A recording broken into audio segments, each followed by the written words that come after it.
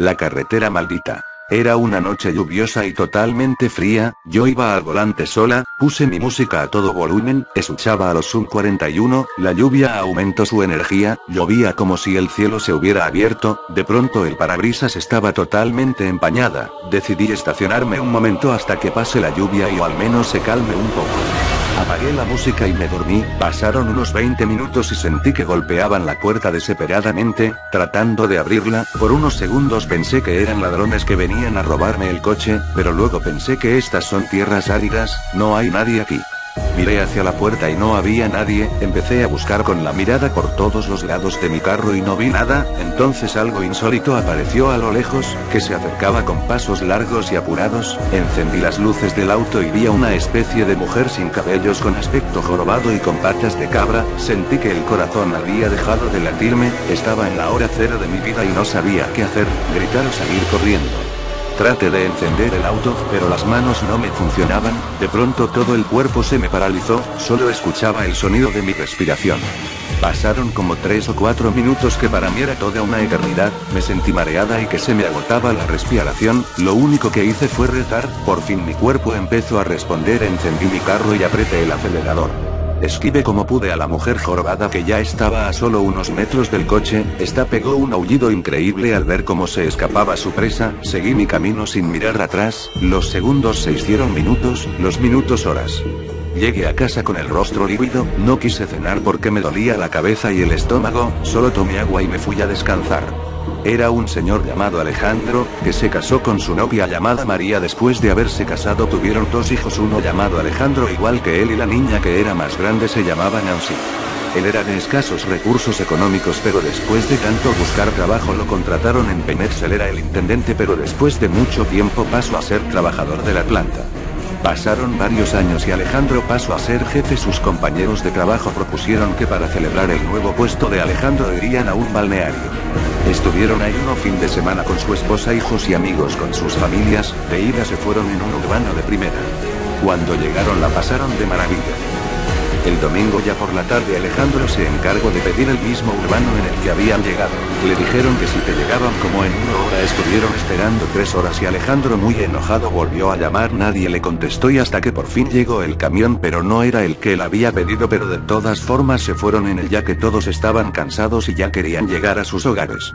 Cuando estaban a medio camino todos iban dormidos, pero Alejandro se despertó porque sintió que el camión iba más rápido de lo normal. Cuando se acercó a preguntarle al chofer por qué la velocidad tan alta, el chofer estaba blanco y no tenía en mano el volante. Él le preguntó que por qué lo había soltado. El chofer asustado le dijo que era porque los frenos no respondían y en menos de 10 minutos el camión se fue por un barranco. Todos murieron menos Alejandro, ya que era por la posición en la que iba.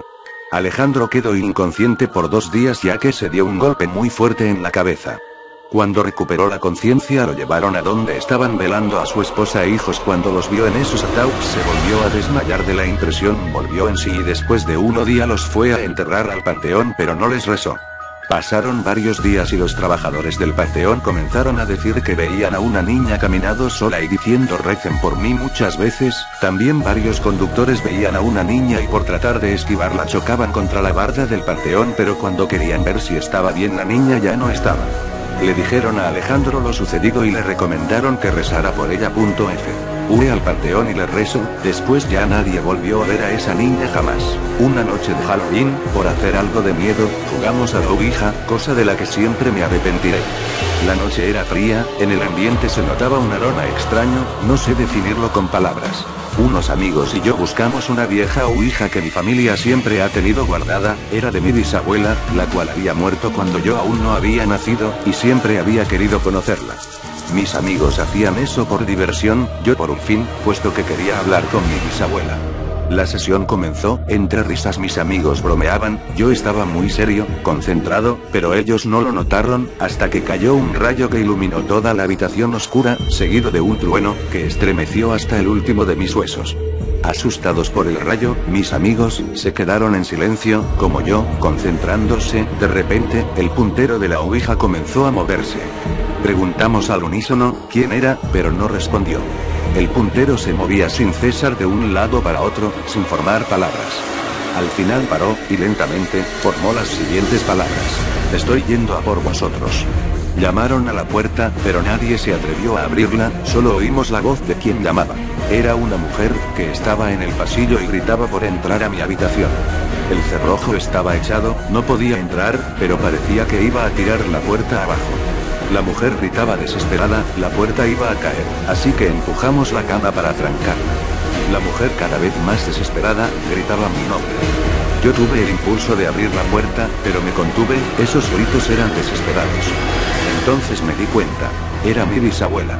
Algo me lo decía, aunque no podía explicar cómo lo sabía.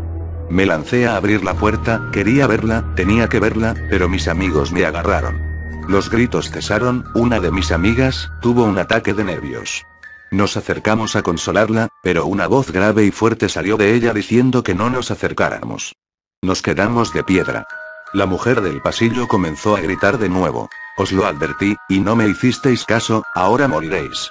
Mi amiga comenzó a moverse de un lado a otro, diciendo que nos mataría. Intentamos abrir la puerta pero no pudimos. Los gritos volvieron a cesar, conseguimos abrir la puerta, yo salí primero, pero se cerró detrás de mí. Oí los gritos aterrorizados de mis amigos, histéricos, pidiendo socorro, dando patadas a la puerta para abrirla. Escribo mi historia, 45 años después de que ocurriera, pues acabo de salir de la cárcel, culpado por el asesinato de mis amigos, los cuales encontré muertos cuando conseguí abrir la puerta de mi habitación. Era hace algunos años una familia común, que el padre hace algunos días estaba pendiente de comprarle a su hija una muñeca.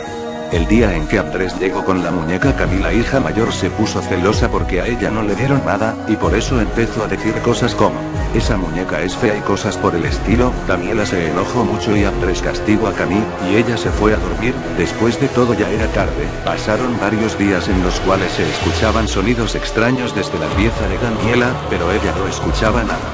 Un día mientras el papá trabajaba y la mamá salía con sus amigas, Daniela y Camila se quedaron totalmente solas, ya había oscurecido y reciben una llamada, y Daniela contesta, era su papá que avisaba que no llegaría a casa esa noche porque tenía que terminar un trabajo, y por no hacer problema Daniela dijo que bueno, que no importaba, y después su madre llamó y dijo que no iba a llegar porque quería estar con la abuela que estaba muy enferma, y Daniela contestó lo mismo que le contestó al papá, bueno, no importa. Era tarde y se fueron a acostar y como siempre Daniela puso su fea muñeca en una silla de su pieza. Como a las 12 de la noche se escuchaban ruidos extraños de la cocina, y Camila fue a la pieza de Daniela para que las dos fueran a ver qué ocurría. Mientras bajaban las escaleras se sentía un ruido desesperante, como una persona que no hubiera comido en unos años. Llegan a la cocina y ven a la muñeca comiendo carne cruda, y la muñeca se da cuenta que la miran y se tira al suelo como si nada hubiera pasado, y las niñas pensaron que estaban imaginándose, entonces se fueron a dormir.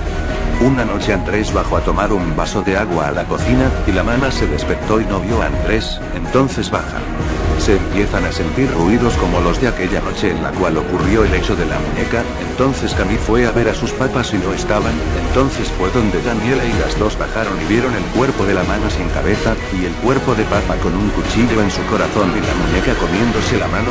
Era la segunda vez que la muñeca estaba comiendo carne. La muñeca, para que nadie la eliminara, corrió detrás de las niñas, subían la escalera y Daniela se enredó y la muñeca la atrapó, pero Camila no se dio cuenta y se encerró en el baño, llenó la tina para ahogar a la muñeca. Daniela se durmió ya que la muñeca le enterró una inyección de anestesia, y despertó amarrada a una silla y la muñeca le preguntó que prefería un cuchillo o hacha, y Daniela dio un grito de dolor, y Camila salió a ver qué ocurría y vio a su hermana pero no a la muñeca, y fue a desatarla pero la muñeca la tiró el hacha a su cabeza, cortándosela, y Daniela se asustó muchísimo. La muñeca le trató de matarla, pero llegó una vecina y desató a Daniela y tiró la muñeca a un río. Todo se investigó y Daniela se quedó viviendo con su vecina. Pero nadie asegura que ya no se fabrican esas muñecas. Dicen que cuando nacen gemelas lo que le pasa a una le pasa a la otra siempre. Esto precisamente es lo que le sucedió a dos chicas gemelas de España. Eran dos hermanas que se llevaban muy bien, nunca se peleaban ni discutían, pero por razones de trabajo tuvieron que cambiar su residencia a la ciudad, donde estaba la carretera que era peligrosísima en esos momentos. Las niñas tuvieron que cruzar solas porque a la madre la llamaron del trabajo para que fuera urgentemente, les dijo a las niñas que cruzaran solas pero con cuidado y mirando a los dos lados y las niñas obedecieron. Nada más girarse la madre para marcharse oyó un golpe muy fuerte detrás suyo, eran sus hijas que habían sido atropelladas por un camión, las dos desgraciadamente habían muerto. 4 años más tarde la madre aún era joven ya que tenía 34 años, todavía vivía en la misma casa cerca de la carretera y no olvidaba ningún día a sus 2 gemelas. Afortunadamente había vuelto a tener hijos, casualmente eran 2 gemelas, además muy parecidas a las que murieron atropelladas, esto hacía que la madre en parte olvidara ese trágico suceso. Pero la fatalidad estuvo a punto de volver a la familia, a pesar de prohibirles expresamente acercarse a la carretera. Un día las 2 niñas fueron jugando y decidieron cruzar la misma, no venía nadie en ningún sentido, no había peligro. En el último momento apareció su madre y les dijo que no cruzaran, muy alterada y chillando, a lo que las niñas respondieron al unísono: si no pensábamos cruzar, ya nos atropellaron una vez y no volverá a ocurrir.